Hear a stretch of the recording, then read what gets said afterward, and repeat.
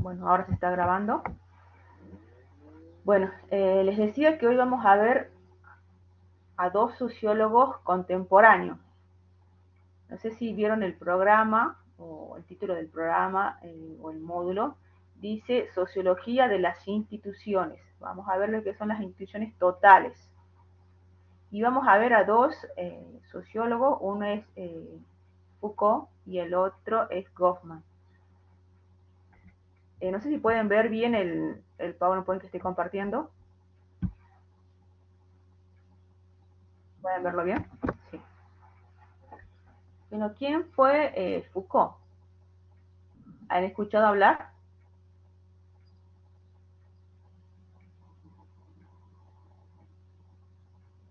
¿No han escuchado hablar nunca? Bueno, es un sociólogo contemporáneo, es decir, de los últimos. ¿Se acuerdan que en la unidad 2 vimos a los sociólogos clásicos? ¿Se acuerdan? A los tres clásicos, Weber, Durkheim y Marx. Y son los primeros, digamos, los más antiguos, los que sentaron las bases.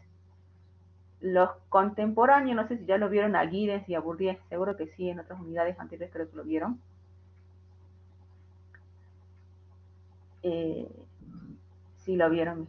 Bueno, ellos también son más contemporáneos, igual que Foucault y Goffman. Pero estos últimos dos tratan temas específicos, que son las instituciones totales.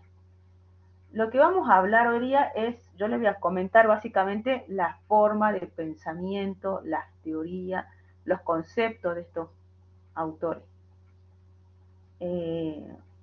Porque yo a Foucault también lo vi hace poco cuando estaba haciendo una especialidad en ciencias penales, también lo llegamos a ver en la parte de criminología, en otras partes, porque es interesante este autor, porque toca lo que tiene que ver con las instituciones totales, más que nada con el sistema carcelario. Entonces, ¿quién es Foucault? Es un filósofo y es sociólogo. Es sociólogo también, ¿no? Filósofo también, que estudia todo lo que está vinculado con el poder. Dice, y la forma en que él ve a la sociedad va variando en sus obras, sus primeras obras hasta las últimas. Porque lo que estudia Foucault es los lugares de encierro, los hospitales, los manicomios, las cárceles. Y dice él que el surgimiento de estos lugares en la historia está vinculado a una forma de entender a la sociedad y el poder. En su obra, si quiere la nota, porque es una obra que la pueden encontrar en cualquier librería, la pueden comprar todos, o inclusive no sé si la pueden encontrar en internet, se llama Vigilar y Castigar, es uno de los libros, yo también lo tengo, es interesante, ahí se los escribo si quieren por el chat, a ver, la nota si quieren, Vigilar y Castigar. Esa es una de sus obras más importantes. Él comienza, bueno, describiendo cómo eran las torturas que sufrían las personas, o sea, en épocas antiguas cómo se ejercía el poder, qué pasaba cuando alguien cometía un crimen y cómo era castigada esa persona, digamos. Y que eso, ¿se acuerdan? No sé si vieron las películas antiguas, había eh, por ejemplo, cuando una persona cometía un delito, la descuartizaban. No sé si vieron películas de ese estilo, antiguas, de cómo se, se castigaba o se condenaba a los criminales, digamos, una persona que cometía un crimen. Eh, y él muestra también cómo con el paso del tiempo esas penas se fueron cambiando. Por ejemplo, hoy ya no tenemos ese tipo de penas, sino que tenemos la privación de libertad, es una de las penas más graves de nuestro código penal. También habla en su libro de qué pasaba en las sociedades cuando había una epidemia. y decía que las sociedades, en los casos de epidemia o de personas enfermas, la sociedad tenía ciertas estrategias. Tenía ciertas estrategias. Lo que hacía, él dice, las sociedades antiguas eran excluir. Excluir, por ejemplo, a las personas que tenían lepra, se las individualizaba y se las excluía. Había una indiferenciación hacia esas personas enfermas, ¿sí? Exactamente, Sergio. Y la sociedad era una sociedad binaria porque excluía, digamos. Estaban los que tenían lepra y los que no tenían lepra. Donde la sociedad intentaba mantener su pureza, digamos. Él empieza a comentar estos casos porque dice, detrás de esto también hay relaciones de poder, digamos. Luego explica también qué es lo que pasaba con la peste, o sea, cuando las personas se enfermaban. Dice, ahí era imposible excluir, digamos, como la lepra. La lepra es un tipo de enfermedad evidente, digamos, se nota a una persona cuando tiene eso. Los que estén en la peste, no. Peste sería lo equivalente a las personas que están en una enfermedad, una gripe, algo así. Entonces dice, no había posibilidad de excluirlo. Sino, entonces, ¿cómo hacía esa sociedad que tenía la peste, digamos? ¿Cómo hacían para convivir? Entonces decía, bueno, ellos se organizaban, dice Foucault. Había por cuadra, o por cada determinado número de metros, digamos, de un territorio, un encargado, una persona que vigilaba. Tenía un registro de las familias, de las casas, y se enteraba de quién se enfermaba, digamos, y luego posteriormente lo excluían, digamos. Y aquí podemos ver un poquito de esto de la vigilancia, porque esto nos lleva, a ver, ahora corro el...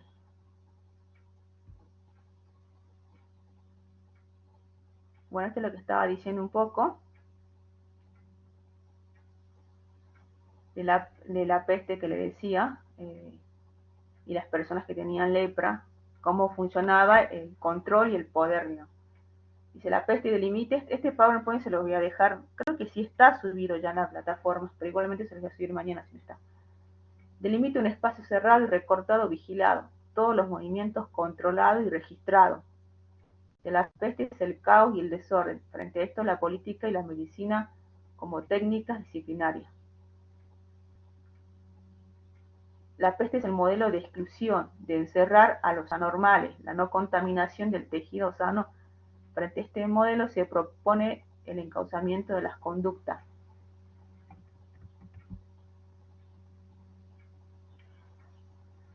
En eso, en lo que pasó en las épocas antiguas, en la peste o en la lepra, se ve esto, ya se empieza a ver esto de la vigilancia, del poder, de ejercer el control y el poder en el otro, digamos.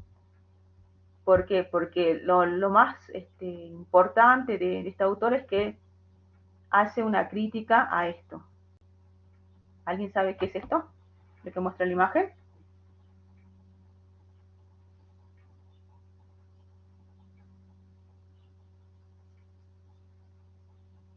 Si quieren pueden escribirme por el chat.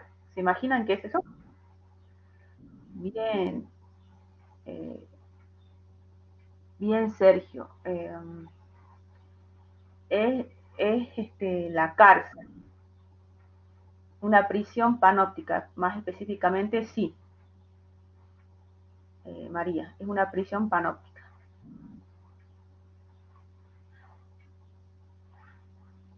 Ahora volvamos al PowerPoint.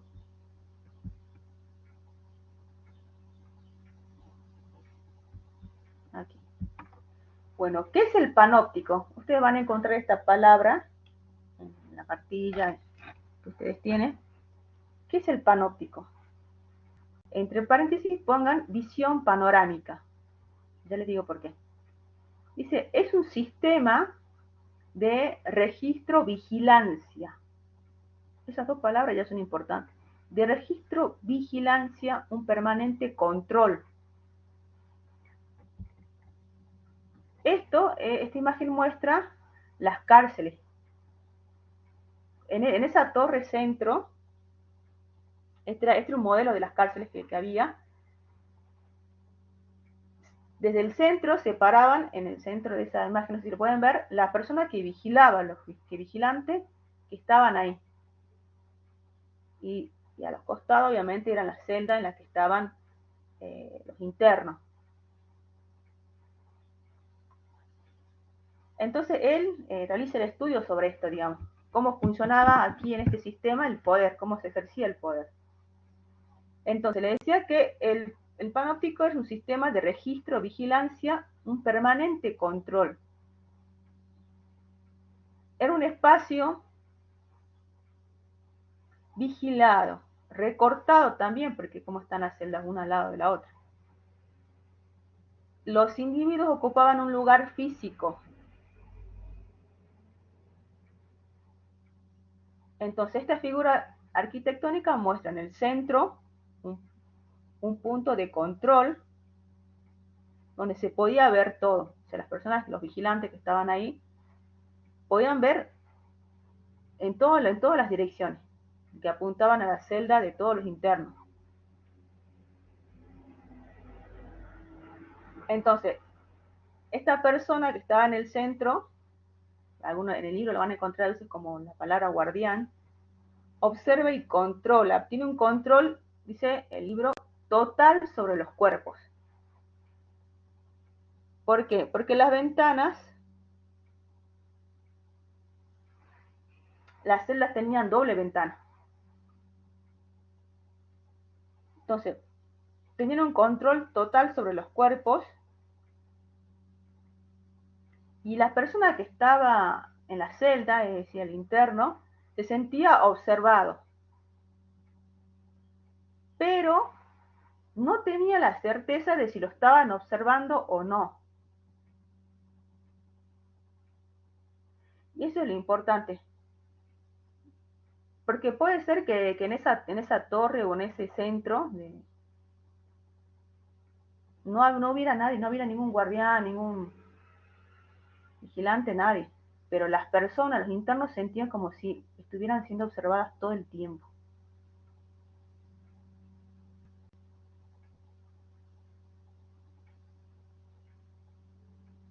Dice Foucault, esté o no el vigilante, el poder se ejerce. Yo tengo una frase de Foucault, esté o no el vigilante, el poder se ejerce.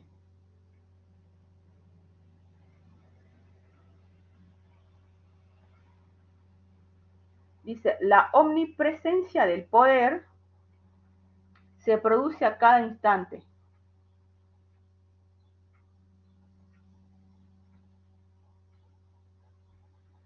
Entonces, Foucault trae este ejemplo, este caso, digamos,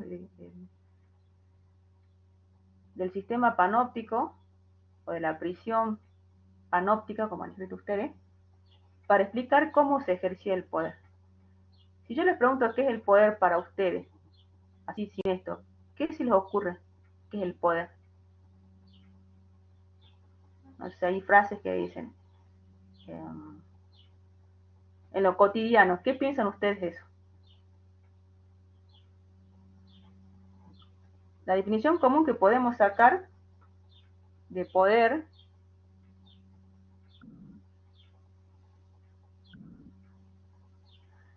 así, capacidad de influir o dominar. Sí, eso está bien.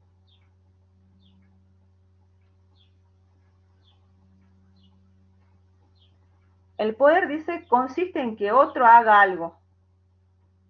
¿Les parece? ¿Qué les parece esa definición? Consiste en que el otro haga algo.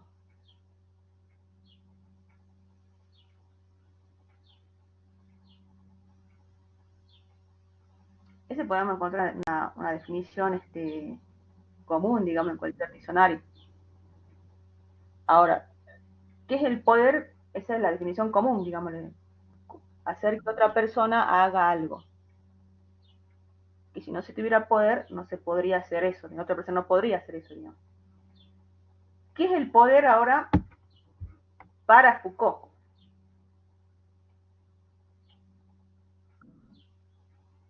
Dice, el poder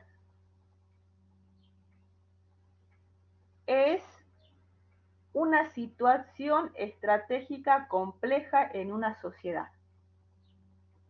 Miren ustedes, una situación estratégica compleja. Aquí se las noto en el chat. Es una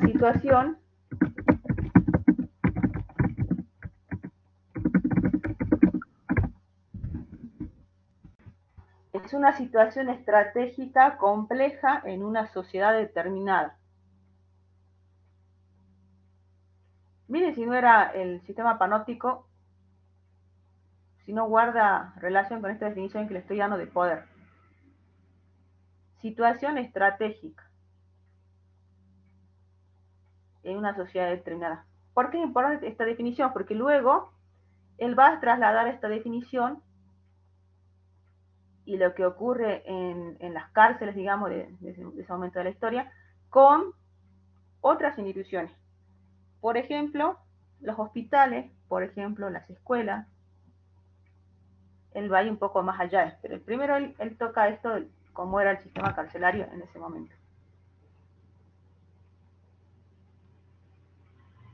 Dice Foucault que el poder está diseminado, o sea, desparramado en las relaciones sociales.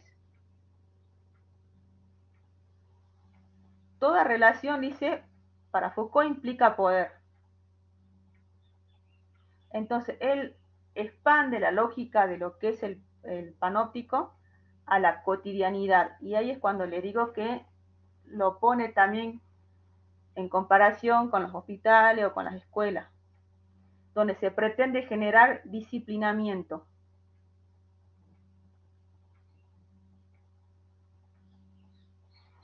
Volvamos aquí al Power.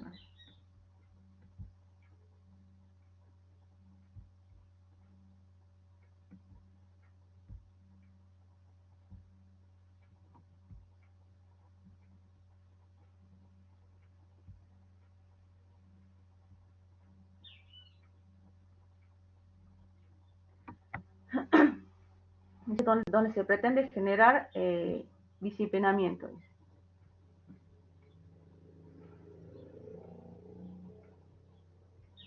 ¿Por qué lo trae con la disciplina y como concepto también? ¿Quién necesitaba de ejercer el poder de esa manera en determinada época de la historia? Es el capitalismo.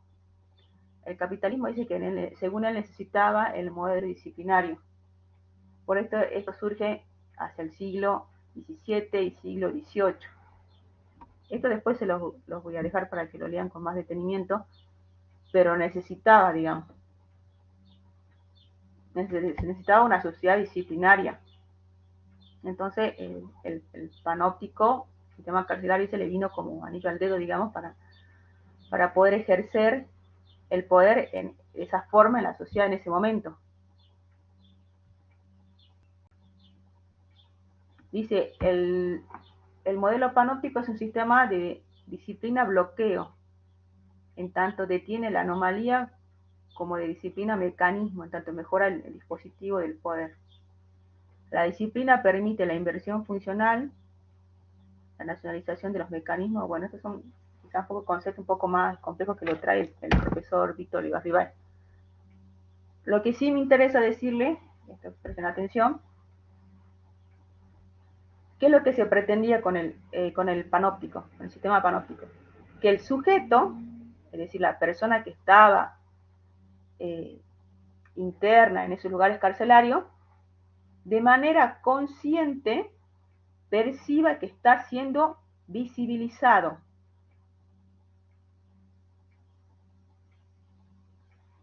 ¿Para qué? ¿Para qué piensan ustedes que se pretendía eso? O que este sistema panóptico pretendía eso, que el sujeto sepa conscientemente que está siendo visibilizado. ¿Qué es lo que querían lograr con esto? ¿Se imaginan? Vuelvo a la imagen. Por control, sí. ¿Qué más? A ver, ¿dónde está la imagen? ¿Dónde está? Esta. Pongamos esto. ¿Qué es lo que se quería lograr? ¿No ven ahí la imagen? Muestran a algunas personas que están ahí. Exacto. ¿Quién es? Guillermo.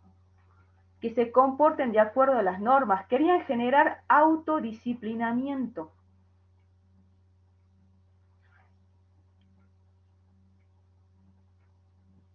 Al estar todo el tiempo, dice, por más que las personas internas ahí en el centro, en ese centro de esa construcción arquitectónica, no había ningún vigilante, ningún supervisor, ellos no lo sabían. Ellos sabían que estaban siendo observados y que deben comportarse de cierta manera. Entonces generaba el autodisciplinamiento.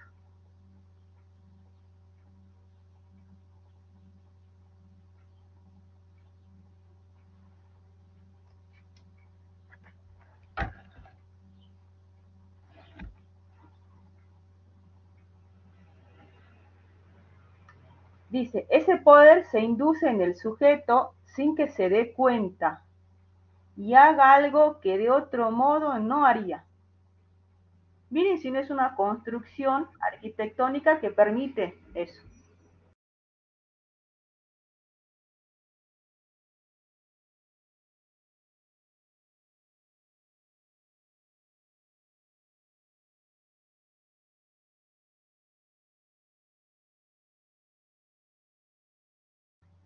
A ver, una compañera dice, habla el autor del adoctrinamiento de los cuerpos, sí, de las mentes también, sí. O sea, esta construcción, este sistema panóptico, este sistema eh, de registro, vigilancia que tenían las cárceles en ese momento de la historia, permitía eso, ejercer el poder de esa manera. Todo el tiempo estaban, las personas que estaban internas sentían que estaban siendo vigiladas. Tenían muchas ventanas, casi no había espacio para las cosas, digamos, íntimas, digamos, quizás. Estaban siendo vigiladas y sabían. Y generaba el autodisciplinamiento, que es lo que se pretendía en ese momento.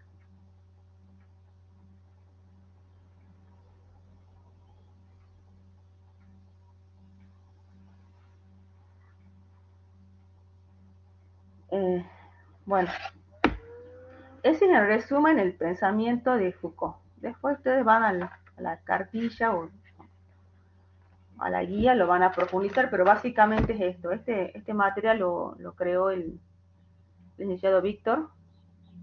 Está muy bueno, pero bueno, yo más quería hacer unas preguntas, reforzar algunas cosas. ¿Alguien tiene alguna duda hasta ahí?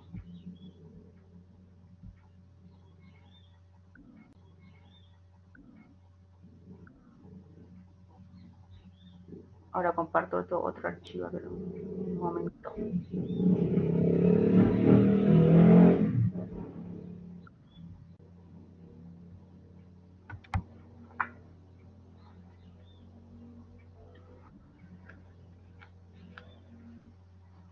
Bueno, otro autor que también está en la unidad es también otro sociólogo contemporáneo que es Erving Goffman. ¿Escucharon hablar de Erving Goffman? Goffman. Si van a los que son de Salta, a la librería aquí del centro, van a encontrar porque libros de él en las librerías, o inclusive los que están en otras provincias también pueden encontrar en su librería en la zona centro que hay libros, porque es un autor que escribe, o sea, sigue escribiendo hasta ahora, digamos. El año pasado, hace sí, un año y medio, tuve que leer con el licenciado Víctor, hicimos un proyecto de investigación y él lo cita bastante, este autor. Es un autor todavía aún más moderno que Foucault. ¿De qué es lo que nos trae Goffman? También habla de las instituciones totales, ¿no? ¿Se acuerda que empezamos? Ya vamos a ver qué significa institución total. Goffman Dice, pertenece a la escuela de la antipsiquiatría. ¿Por qué? Es un sociólogo que tiende a criticar a la psiquiatría y a la psicología, pero también a la psiquiatría en su momento en que él empezó a escribir, o sea, unos años atrás, digamos. ¿Por qué?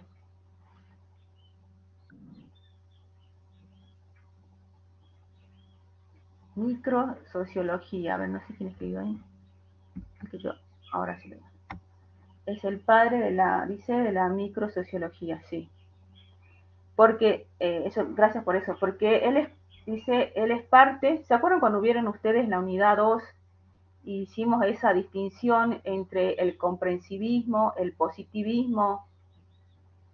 ¿Se acuerdan que vivimos corrientes de pensamiento? ¿No se acuerdan la unidad 2?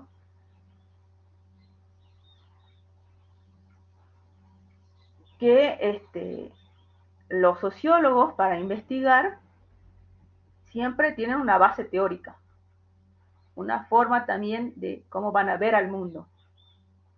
No sé si se acuerdan la unidad 2. En esa forma de ver al mundo está aquellos que dicen, bueno, el comprensivismo que viene de la mano de Weber. Para investigar yo necesito comprender cualquier tema, comprender el sentido que los sujetos les imprimen a sus acciones. ¿Recuerdan eso?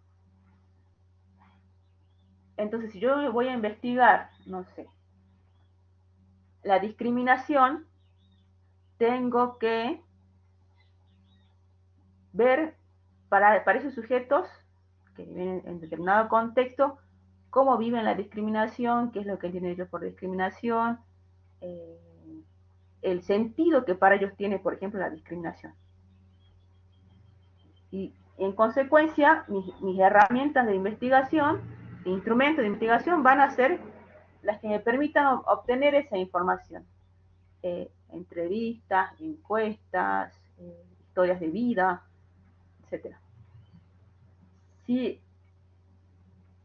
yo, al contrario, soy un investigador de un tinte más positivista, voy a seguir las líneas de Durkheim, no de Marx. No voy a tener el mismo perfil de Weber, sino el de Durkheim. Por lo tanto, el método que utilizan muchos es el método que viene de las ciencias, positivismo de las ciencias naturales. No van a hacer la entrevista, sino quizás más la observación y otro tipo de herramientas. ¿Me entienden? Son diferentes. ¿Por qué les traigo esto? Porque dice interaccionismo simbólico también es una concepción o una forma de estudiar a la sociedad, así como era el comprensivismo, el positivismo, el crítico, el paradigma crítico, que no sé si lo leyeron, viene de Marx, Karl Marx. Eh, el interaccionismo simbólico también es otro.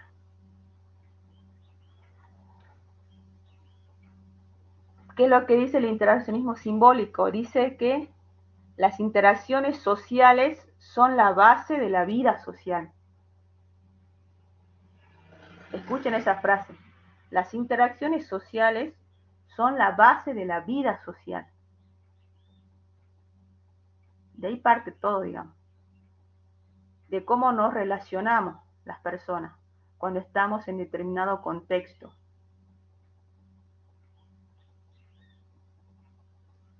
Entonces él, Goffman, es partidario de esta corriente. Ahora, ¿por qué les dije que era de una escuela de la antipsiquiatría o pretendía criticar a la psiquiatría y la psicología? Porque él se opone a lo que hacían en ese momento la psiquiatría Él rechazaba cómo se clasificaba y cómo se daba tratamiento a esas personas. Entonces, todas las críticas que él hace van hacia las instituciones de encierro.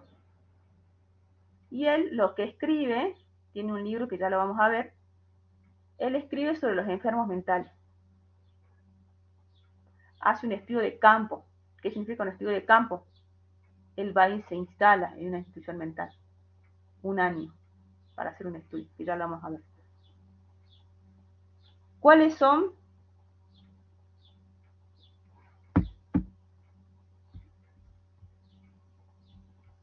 Y trae, bueno, varios conceptos. A ver, veamos el primer libro, que no está en el PowerPoint este.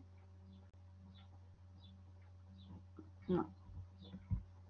El primer libro, si quieres se lo escribo por el chat, es un libro chiquitito.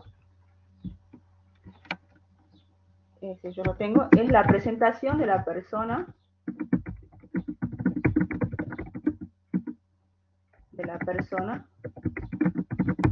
En la vida cotidiana. La presentación de la persona en la vida cotidiana. Bueno, este libro es un libro corto. La verdad que lo que le puedo decir de este libro, dice que es lo que dice Goffman. Dice que los hombres en su vida cotidiana, ellos intentan forzar, manipular la impresión que tienen sobre sí mismo y que otros también tienen sobre él. O sea, dice que los hombres en su vida cotidiana intentan forzar la impresión o manipular la impresión que otras personas tienen sobre sí mismas y sobre la impresión que tienen los demás sobre esa persona, digamos.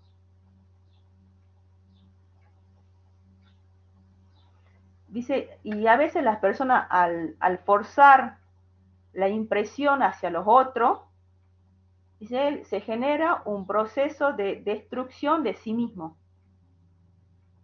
Y ese es el proceso, dice, que se da en las instituciones totales. Es decir, las personas que están en un manicomio. Dice, las personas que están en ese tipo de instituciones encerradas sufren la despersonalización. Ya vamos a ver qué significa.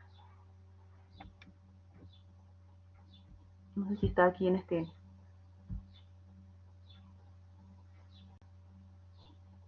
No.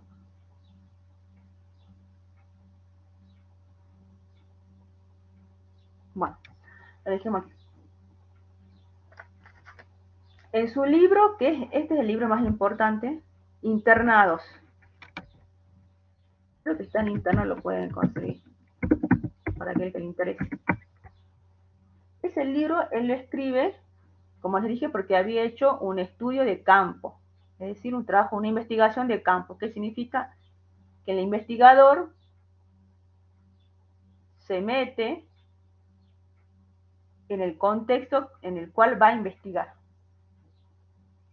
Realizan lo que es un estudio etnográfico en un hospital psiquiátrico. Bueno, ustedes todavía, no sé si tienen investigación, creo que es una materia que tienen para el año, pero una de las formas de cualquier investigador que quiere investigar a la sociedad, algún tema puntual, hay diferentes formas. Puedes recurrir, como les dije hace un rato, por entrevistas, cuestionarios, observaciones.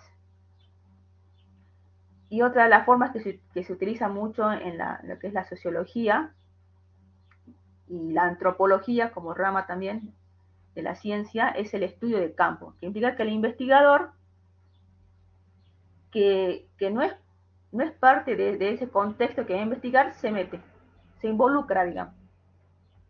A veces se involucra como si fuera una de las personas que está investigando en ese contexto o se pone en ese campo, en ese lugar, para recolectar datos. Esto es lo que hace Goffman. Él se interna, se va, digamos, a un psiquiátrico, pero no con la calidad de interno, tampoco como autoridad. Él va, vive un año en ese hospital psiquiátrico y toma nota. toma nota, habla con uno, con otro, para ver ahí qué es lo que pasaba, digamos. Dice Goffman que en ese tipo de instituciones se produce un proceso de despersonalización. Dice de mortificación, ahí dice, o como dice el Power, de mutilación del yo. Del yo personal de cada uno, digamos. ¿Qué es la mortificación del yo? Es un proceso continuo, sistemático, de reprogramación del yo del interno. ¿A partir de qué se produce eso en esos lugares? O sea, a partir de microacciones. Microacciones que son desplegadas por el personal de esos hospitales y que tienen como objetivo recortar el alcance del yo del recluso. Ese proceso a veces va desde la sustracción de elementos personales de las personas que están internadas ahí y otro tipo de acciones.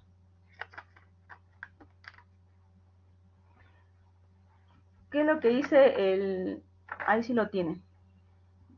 Si lo ven, ahí lo pueden ver, miren, en la página que estoy mostrando dice, la primera mutilación del yo es la desprogramación de los roles también, dada la misma separación radical entre el afuera y el adentro. Degradaciones, humillaciones, mediante una mortificación sistemática que genera desviaciones radicales en su carrera moral. ¿Qué es lo que implica, ¿no? En pocas palabras, esta mortificación del yo o mutilación del yo? Es la pérdida de identidad, para que me entiendan mejor. Es la pérdida de identidad.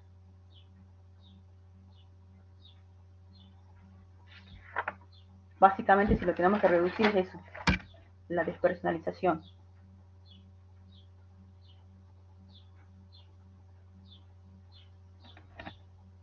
¿Por qué? ¿Por qué se produce esa despersonalización, desculturación también? Porque la persona se aleja de los familiares con los cuales tenía algún vínculo, una identidad afuera. Afuera del hospital psiquiátrico, una identidad. Adentro, otra identidad. ¿Por qué? Porque estaban todos encerrados, compartiendo el mismo lugar, teniendo la misma rutina. Así que la persona pierde su identidad individual, digamos, propia. No sé si me entiendes.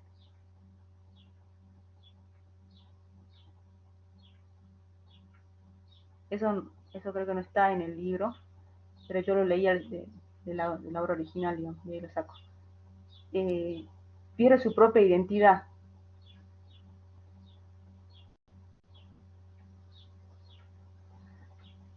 Aparte de estas sustracciones, sus materiales personales, cosas propias que se produce ahí, la persona que afectan en cierta forma a la persona que va quedando sin un yo, digamos.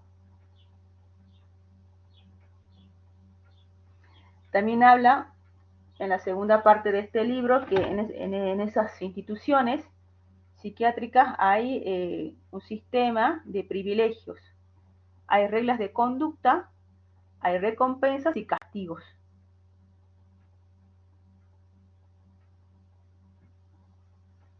¿Por qué habla de que hay un sistema de recompensa?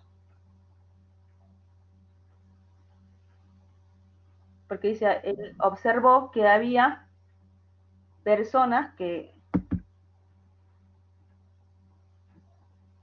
dentro de esos lugares trabajaban o hacían alguna cosa que les pedían con tal de obtener un libro, alguna cosa en recompensa. Y el castigo estaba frente a aquellos que desobedecían las reglas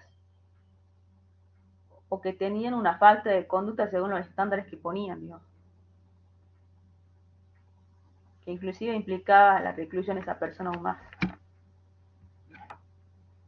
Entonces dice, en esos sistemas, en esas instituciones psiquiátricas había una división básica de roles. Estaban los internos, y los supervisores. Cada uno, obviamente, los internos encerrados con las cosas, dice el Foucault, Goffman, en su mundo. En cambio, los supervisores tenían contacto con el afuera.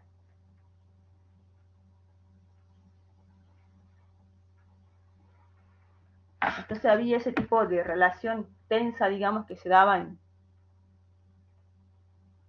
entre ambos, y también la subordinación entre ambos. La subordinación de uno hacia el otro.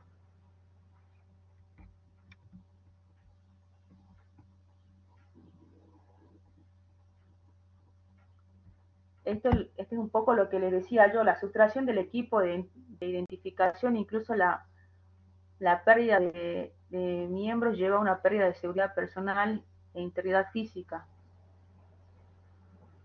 Se violan los límites que el individuo traza entre su ser y su medio ambiente, profanando las encarnaciones del yo, la violación de la intimidad sobre sí mismo, la contaminación física y personal del yo. Bueno, esos son los ejemplos que trató el licenciado Víctor. Pero a mí lo que me interesa es eso.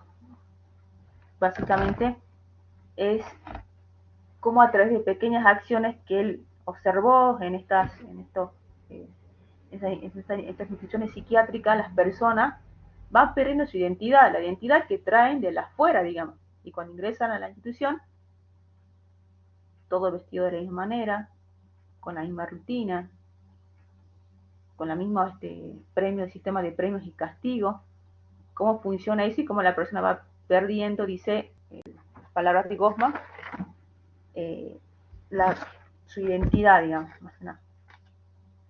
Porque se habla también de institución total, ¿se acuerdan? Si van a la cartilla dice instituciones totales. Institución total hace referencia a un lugar de residencia y de trabajo donde existen personas en igual situación, aislados por un cierto tiempo y comparten cierta rutina diaria bajo una autoridad. Ese es el concepto de institución total.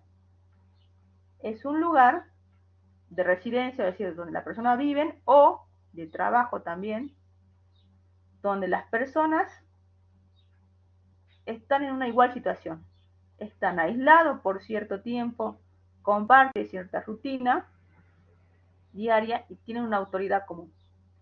La palabra total, porque es institución y total, porque hay una tendencia, dice, absorbente y totalizadora de la institución, que genera una despersonalización. O sea, total, tómenlo como sinónimo, o significado de esa palabra, de absorbente. ¿De quién? De los individuos. Por eso el libro dice instituciones totales. Y por eso tenemos a Foucault con el sistema panóptico. Imagínense si esa institución no es total. El sistema panóptico, o las cárceles en ese momento, claro que sí. Esa institución era absorbente de los individuos, que estaban aislados por un cierto tiempo y tenían una autoridad. Lo mismo que en los que dice Goffman aquí, trayéndolo con las instituciones psiquiátricas. Son personas que también están aisladas de la sociedad por un cierto tiempo, comparten la rutina y hay una autoridad que ejerce el poder o el control sobre ellos. Entonces lo que hace Goffman con toda esta investigación y sus conclusiones es denunciar o criticar el funcionamiento de estos hospitales psiquiátricos, de organización que tienen también estas instituciones.